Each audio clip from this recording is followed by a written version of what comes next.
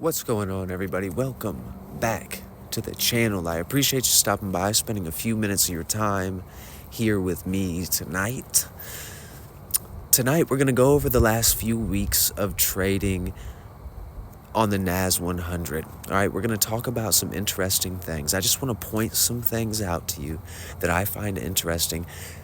Some things, perhaps, that I'm looking for when I'm trading. Okay, and I really want to take a second to reiterate to you guys, all right, that the more I do this, all right, the more experience I gain trading, the more I realize that all the money that you're really going to make is going to come from your own self-mastery. That's what you're getting paid for. The market rewards you for self-control, discipline, emotional regulation, these sorts of things. You'll get paid for your patience. All right, very often, it's like, even though we're day trading, not every day is going to be ideal for day trading. So some days you're going to need to sit out and just sit on your hands. You understand? Some days might be choppy. You might be able to get the direction right, but even if you do, you're going to waste valuable mental capital. You're going to get whipsawed. You might get shaken out, whatever. There are other days, though, where the trade seems to be just staring you in your face. You can't ignore it. Those are the days that you want to trade. We even call these things setups, right? And that kind of hints to the idea that you might have to sit back, relax, and allow the market to actually set up a proper trading environment for you, or to set up a good trading opportunity for you to take, okay? So patience, bro. Patience. It's all about patience. The quote that I sort of live by is one good trade. One good trade is all you really need, all right? Now, before we really get into it, we're going to talk briefly about the markups on the chart, just so we're on the same page here. So I have the weeks on my chart separated by these red vertical lines, okay? And the days are separated by these blue vertical lines. And you can see I've traced out a weekly range low and a weekly range high. Those levels were gained from week one's low and week two's high. All right. Now, the first thing I want to talk to you about is that what I'm looking for when I'm trading, or when I'm looking at the market like this, I'm looking for, basically, in the most simple way I can put it, I'm looking for a large impulsive price move followed by a consolidation, and then another large impulsive price move. All right, most of the time, the trades I'm taking are coming out of a period of consolidation, getting ready to explode in one direction or the other. Okay, I don't know which direction, but I know it's getting ready to go, right? And a lot of the times, these periods of consolidation will last, or will occur or take place over the course of 2 to 3 sessions or 2 to 3 days. Sometimes it could take a little bit longer than that, but that's what I'm looking for, essentially. A large impulsive price move followed by a period of consolidation, an unspecified period of time. All right, it doesn't have to be 2 or 3 sessions. It doesn't have to be 2 or 3 days. I'm just looking for the consolidation. All right, and those consolidations all look a little bit different, but if we were to just look at what's on the chart right now, you can see this is what I say a large impulsive price move is. This very first day right here. Okay, and then we have this small consolidation down here at the bottom of the week, and then a large impulsive price move.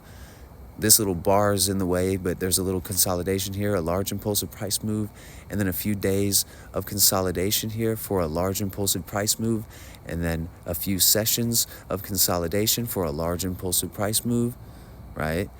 Another period of congestion or consolidation for a large impulsive price move, so on and so forth. Okay, so that's what I'm looking for. That's the general pattern that I have learned to identify in the market. Okay, large impulsive price move, consolidation, large impulsive price move.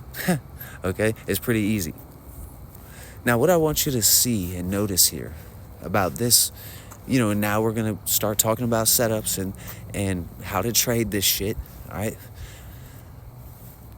Look at Monday. Monday breaks out of the high of the week level from week one. Okay, here's week one's low. Here's week one's high. Monday breaks out of that high. And then Tuesday, immediately, quite enthusiastically, might I add, trades to the downside, breaking through Monday's low of the day level. When this happens, we're locking in this high. That high, that's our day one. Whenever the market puts in a new weekly high, whenever the market puts in a new weekly low, and then immediately trades to the other side, and then immediately trades to the other side, this is our day one. This becomes our day one, that new weekly high or that new weekly low. All right. So you can see Monday breaks out of the high of the week level, and then we pull back inside of this weekly range for this low. Okay. Thus, this low is becoming our lower low on the inside. You can see we are back inside of the high and low range from week one. Okay, so we broke out, we pulled back inside, and then Thursday trades back to the other way. We're potentially locking in the low of the week here with this price action, this inverse head and shoulders, 3 pushes into the low of the week here. Okay, now this is something I find very interesting, okay? And I see this happen in different ways all of the time, okay? It doesn't always look like this, but it happens all of the time. And that's what I'm pointing out to you with the impulsive price move, consolidation, impulsive price move. That consolidation, okay? That consolidation oftentimes becomes our trapped volume or our traders that are trapped on the wrong side of the market. That's where they're getting in that consolidation, okay? That consolidation acts as a form of inducement, sort of manipulating traders into taking a bad position on the wrong side of the market, okay? So this low of the week here on Wednesday, the following day on Thursday breaks out of Wednesday's high of the day level. We have this impulsive price move to the upside, okay, and then followed by this deep retracement. And that deep retracement is what I want you to pay attention to here, okay? This is just something I find interesting. It doesn't always happen. Like up here, we get the consolidation without a super deep retracement, okay? But here, this deep retracement gives the market room to work with, okay? Because it pulls back down into this range and then begins to pump up into that high of the week level over here, all right? You can see that Monday breaks Friday's high, Tuesday breaks Monday's high. If you were to look, right, we're getting higher high, higher low, higher high, higher low, higher high, okay? So any indicator that you put on this chart is going to be screaming a buy signal. Any trend line you draw on here is going to be showing you that we're in an uptrend, or any market structure YouTube video you go watch is going to be telling you we're in an uptrend because we're making higher high, higher low, higher high, higher low, higher high, okay? But really, we are in this very congested period of the market. This is a coil just below that weekly high of the range, okay? We're coiling beneath that in reality, but people are being made to think we're in an uptrend, so they're buying up here into the high of the week, and then we dump down straight to and through that lower low on the inside. This lower low on the inside becomes our anchor point for the pump and our target for the dump, all right? That is the pump and the dump right here, all right? The 3 push pattern back into the high, and essentially all that is, right, is we have this high of the week level. Price tries to get back up there, is rejected. Tries to get back up there, is rejected, becomes exhausted, falls, all right? You can get in here and try to trade all this shit, all right? and waste a lot of mental capital, or you can sit back, wait, and trade this. All right, a lot of people get caught up trading this type of shit inside of here, thinking that they're doing something, right? And then they miss this thing right here. All right, or they're one of the poor unfortunate souls who has their entry totally engulfed here on Wednesday. They're trying to hold this, to the moon or whatever, and they're putting a max pain drawdown immediately, because this is coming back to stop out anyone who is still long from over here before the market continues, right? It's whatever you would call a liquidity sweep or whatever. And notice that this dump here is another lower low on the inside. You can see that we are still inside that high and low range from 2 weeks ago, okay? From week 1 right here. We trade right back down into there. And then the market shifts and immediately goes the other way. We have an inside day on Thursday, the continuation trade on Friday. And you can see after this large impulsive price move, we get the 1, 2, 3 pushes up into that weekly range high.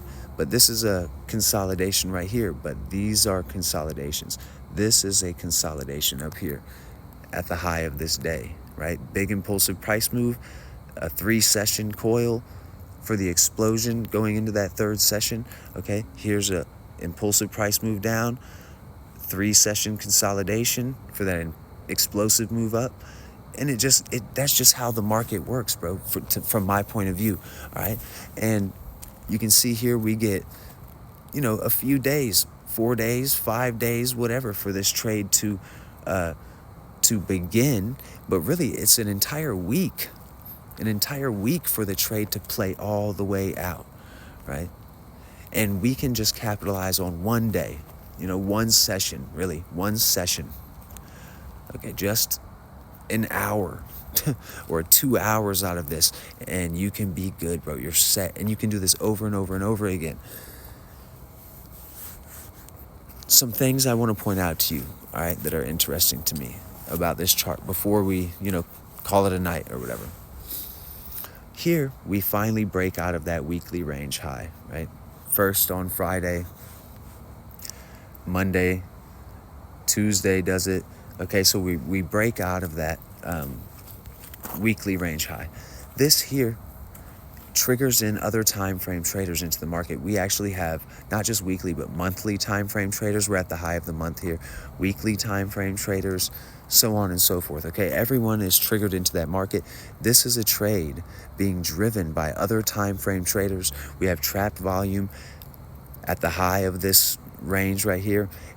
That's why we have this explosive vertical price movement. All right, other time frame traders, higher time frame traders are driving this move, and those are the trades that we want to concentrate on taking. That's why this thing explodes, because people have their stop losses in. We've triggered weekly time frame traders. We've triggered monthly time frame traders. Where are their stops going to be?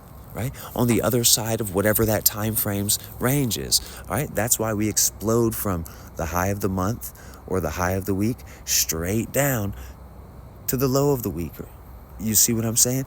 Other time frame traders are driving this move. That's when we want to be getting into the markets, all right?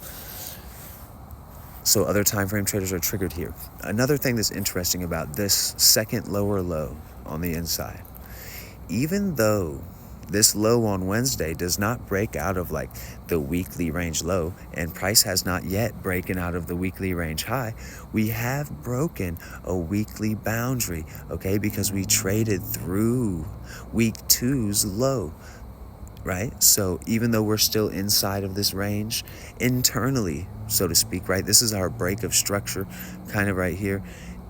We do trigger in weekly time frame traders here. This is a trade being driven by other time frame traders. That's why we're going straight from the low of the week right up to the high of the week. All right. Same thing is happening here, right? We have this high. We're trying to get up there. We're being rejected by other time frame sellers. There are buyers in here being triggered into the market on a daily time frame because we're breaking daily levels. Okay, so this is a trade being driven by higher time frame traders. Those are the trades I'm concentrating on, okay? That's why I'm telling you, large impulsive price move, consolidation, large impulsive price move. I read this book one time, and this is how I'm going to leave you, okay? I read this book one time. Hopefully this doesn't get too long. But it's by Jim Dalton called Mind Over Markets, all right? This was a very cool book to read. And Jim Dalton describes the market in this way. He says, imagine the market as a chessboard, right? And on either side of the chessboard, we have our players. One player is called the other time frame buyer. The other player is called the other time frame seller. And on the board, there are pieces. Those pieces are called the local time frame trader. And for the sake of this example, we'll say retail. That's me and you. Okay, retail traders. We are the pawns. We're the other pieces on that chessboard. Okay, the other time frame buyer and other time frame seller never do business directly with each other. They're always using the retail trader as a middleman. Okay, you understand? Now, Jim Dalton says that the retail trader is not able or is not responsible for directional price movement in the market. So retail traders never move the market, okay? But the other time frame seller, the other time frame buyer, in short, the other time frame trader is responsible for directional price movement, all right? So the retail trader is making their money by attempting to position themselves correctly between the other time frame buyer and the other time frame seller. All right. Our time to do that is in that period of consolidation. All right. That's where we enter our positions. You know what I mean? And we try to catch the next impulsive move when the market is being driven by that other time frame seller or that other time frame trader. The way I've learned to identify this, and Stacy helped me with my own thought process, right, is by identifying this ongoing pattern. Large impulsive price move, consolidation, large impulsive price move. That's why I'm telling you, I am generally looking for trades that are coming out of that period of consolidation, right? And usually that period of consolidation is going to last between 2 to 3 sessions, 2 to 3 days, but sometimes it might be a little bit longer. We need to learn patience, let the market set up, trade when it's obvious, when there's easy money, when the money's just sitting on the table. That's when we want to trade. We just want to be able to walk over, pick up the money, and leave. Easy. Really no thinking about it. None of that. All right. And we're going to get more into it, and I'll show you exactly sort of what I'm doing or what I'm looking for when I'm trading on the day when I get to the session. I'm going to try to record some trades, and hopefully that will help somebody out. But anyway, man, I hope that you find this video helpful, okay, informative in some way, at least entertaining, man. Like always, feel free to reach out in the comment section or in one of the socials that's linked in my channel description with any questions, comments, concerns, you know what I mean? I appreciate you guys so much. All the support that the channel's been receiving, it means a lot to me, all right? Anyway, man, until next time, I hope you continue to free your mind.